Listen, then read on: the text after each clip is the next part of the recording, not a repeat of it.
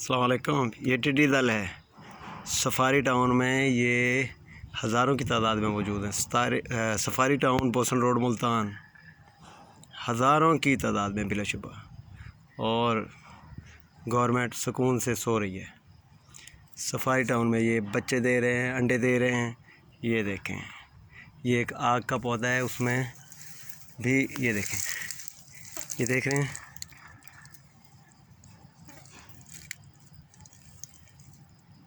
ये मैं दिखाता हूँ आपको। ये देखें जी, ये जोड़े जोड़े की शक्ल में मौजूद हैं, और ये पत्ते, खाए हुए पत्ते भी आपको नज़र आ रहे होंगे। ठीक है, ये देख रहे हैं, ये लटके हुए हैं बहुत ज़्यादा। जहाँ भी देखेंगे आपको यही नज़र आएंगे। ये देखें,